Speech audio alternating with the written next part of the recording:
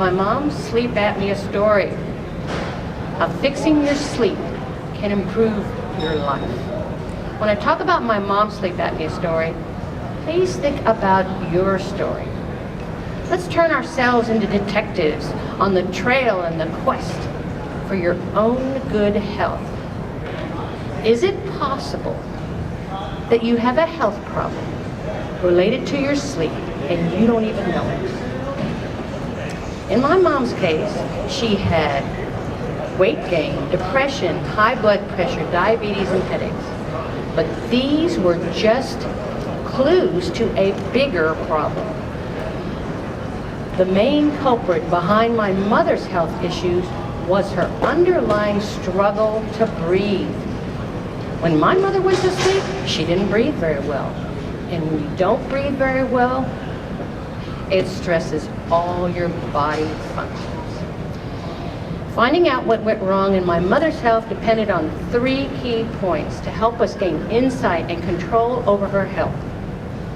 Number 1, awareness. What happens in your sleep? When we're asleep, and unbeknownst to us when we're asleep, do we struggle to breathe?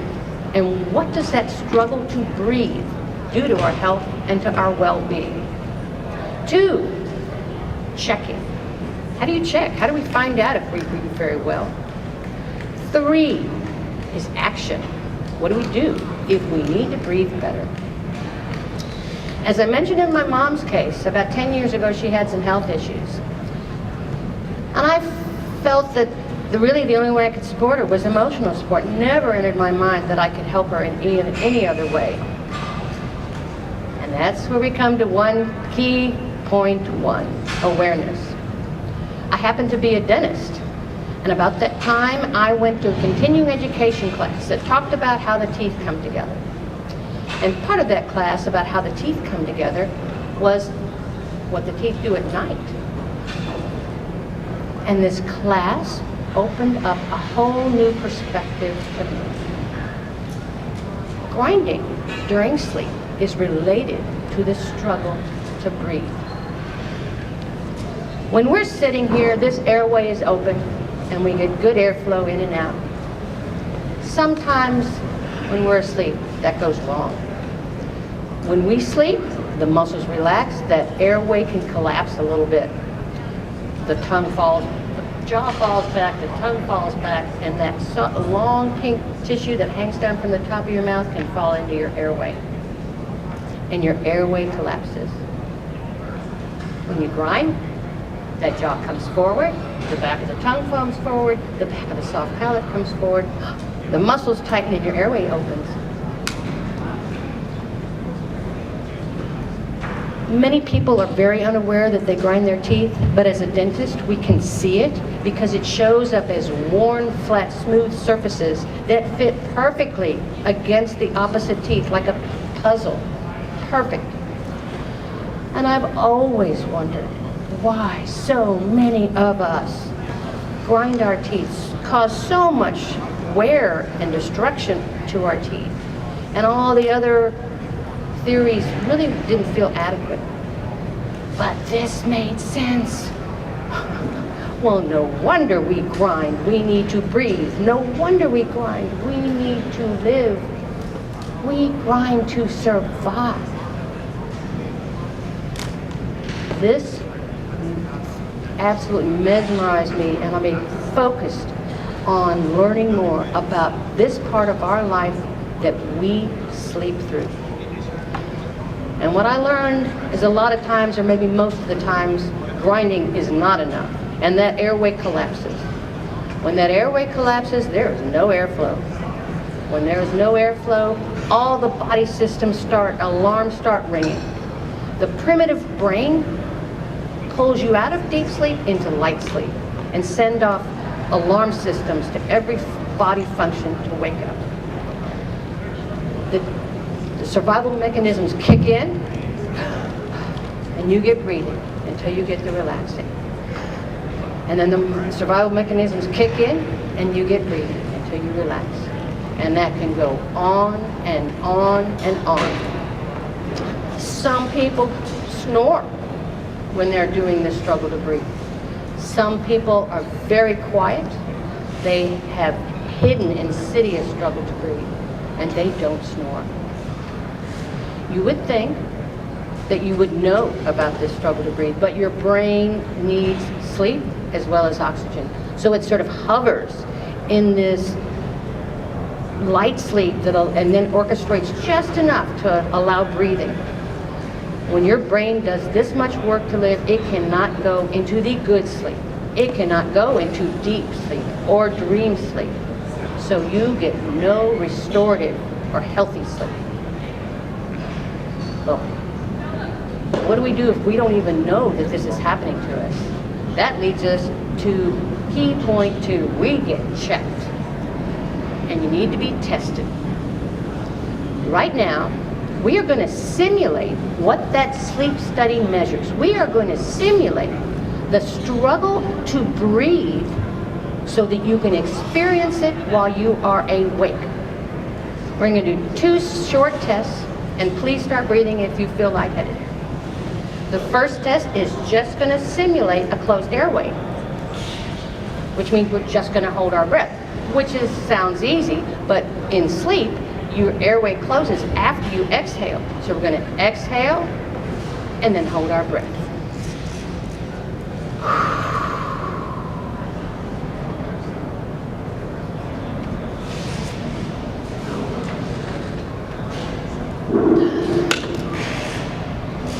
How did that feel? As uncomfortable as that was, it's worse in your sleep. In your sleep, your brain is trying to still breathe. So when we breathe, this diaphragm, or this wall of muscle underneath our lungs, pulls down, and it creates a vacuum that pulls in air.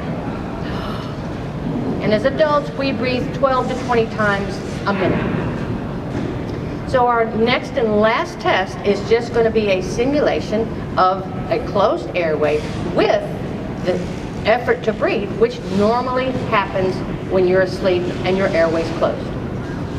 It's just going to be a very short 10-second test, breathing 2 or 3 times. So we're going to breathe out, close our nose, and hold and try to breathe.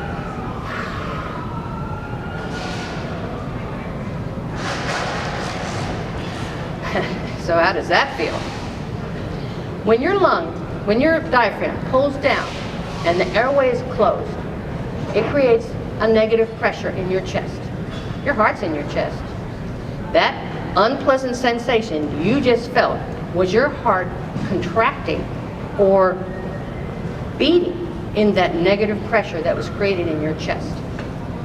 We just simulated 2 very, very short struggles to breathe that can happen over and over and over all night long in so many of us, and we don't even know it.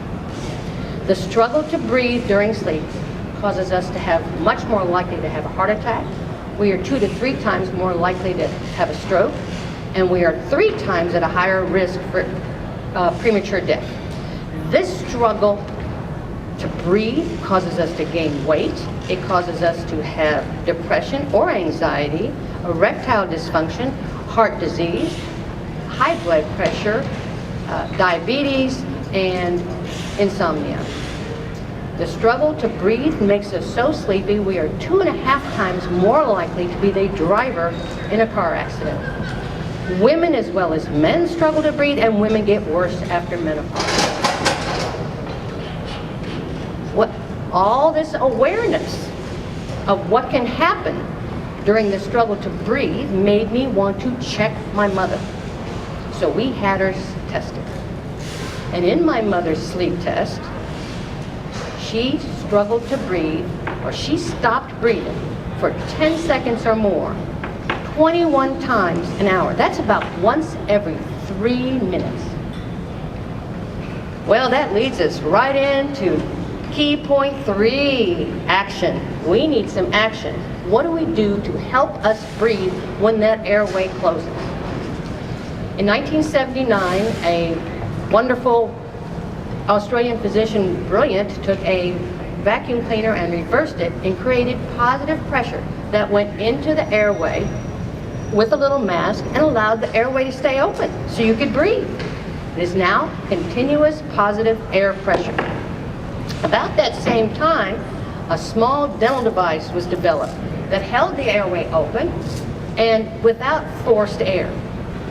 Somewhat like a night guard, it is a FDA-approved custom sleep breathing device that holds the airway open and allows free breathing. Both of these treatments will stop snoring, which makes the bed partner happy because the bed partner can now sleep better. But we needed action from my mother, and our first action from my mother, we tried CPAP. Unfortunately, CPAP was scary to my mother. She felt like she couldn't breathe. She felt like she was suffocating, so she got panicky and very anxious and would not wear CPAP. She still needed to breathe in her sleep, so I put on my learning cap and I made her my very first FDA-approved custom sleep breathing device. And she could wear it. She did not stress with that, so she could wear it and she felt better. But I wanted to make sure that she was actually breathing in her sleep. So we did another sleep study while she was wearing the device. And without the device, she stopped breathing 21 times an hour.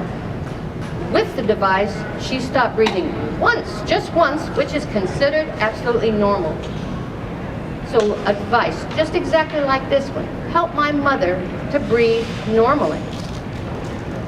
Oh, that felt wonderful. I felt so grateful that I had the awareness that led me to checking, that led me to action.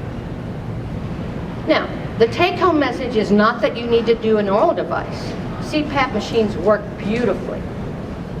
But if you can't tolerate a CPAP machine, there is another option. Chief Justice Anton Scalia died in his sleep, not using his CPAP, and it was sitting on his bedside table, not being used. If you struggle with CPAP, there is another option. The American Academy of Sleep Medicine recommends treatment for your sleep breathing problems, either a CPAP or a dental device. Star Wars actress Carrie Fisher died in her sleep. Her medical examiner indicated that her struggle to breathe was a contributing factor to her death, and it is not clear that she even knew she had it. Bottom line, you can struggle to breathe and not even know it. But today, you now have the tools to be a detective in your own health. You have the tools. Awareness. Not breathing well in your sleep causes many problems, and not breathing well in your sleep is something you may not even know that you're doing. 2, be checked, be tested to find out whether you breathe well in your sleep.